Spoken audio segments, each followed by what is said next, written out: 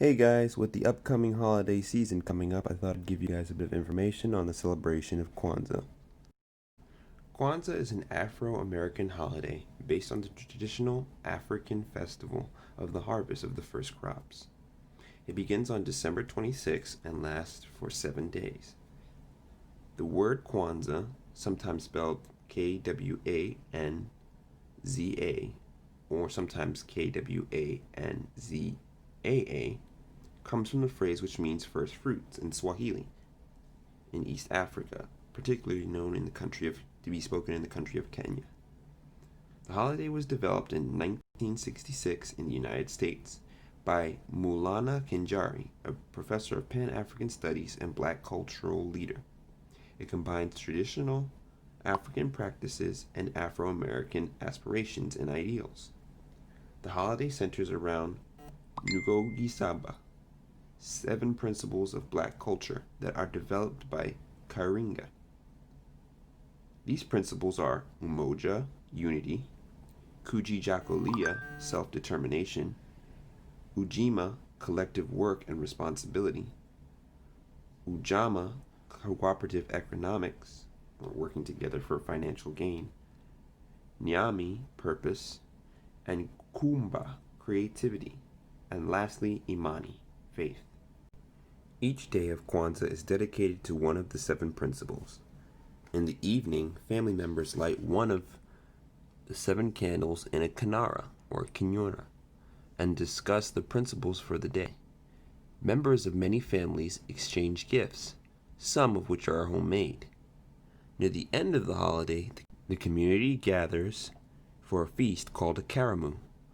A typical karamu features traditional African food, ceremonies honoring ancestors, assessments of the old year, and commitments for the new one coming forth, as well as performing music and dancing. In 2016, on the 50th anniversary of Kwanzaa, its founder, Dr. Kinjari, was asked what were some of the first thoughts about reaching this 50-year milestone in the history of Kwanzaa. Did you imagine it would have grown this large and lasted this long? Dr. Kinjari replied, "First of all, I'm grateful to see my work flourish in my lifetime. Many of the great people in our history were not able to see how much their work, suffering, and sacrifices enriched our lives and pushed our struggle forward. But I've been blessed to see my work begin in a family home, spread around the world, and be embraced by millions of African people throughout the world African community. Secondly, as far as imagining how things might develop, I always note that I am no prophet and therefore could not reasonably predict the future. But I believe that I could create something of beauty and value and offer it to our people. Our people would embrace it and use it as I wanted them to do."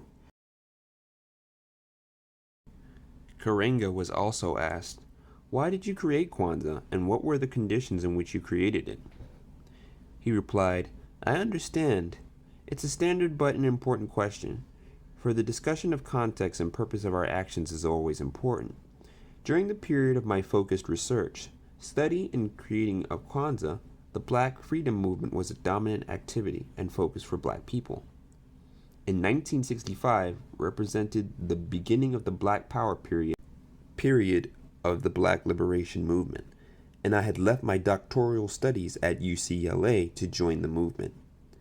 It was during this period that I began to build my organization, US, which means us, Black people, and further develop my philosophy, Kawadi, out of which I created both Kwanzaa and Ngozusaba."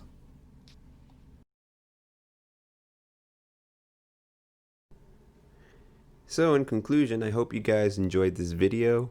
Hopefully this year you guys can consider maybe one day celebrating Kwanzaa. It's coming up again real quick and soon. I know my family and I will hopefully be celebrating it this year.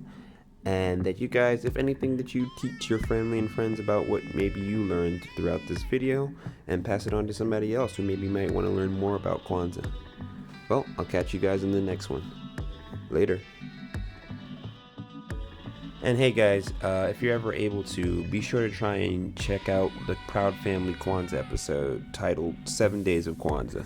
It's a lovely episode to watch as the Proud family encounters their first celebration of the Kwanzaa celebration after encountering a family who has very little, and learning to understand the importance of being grateful for what one has, as well as continuing on family traditions and values for generations to come.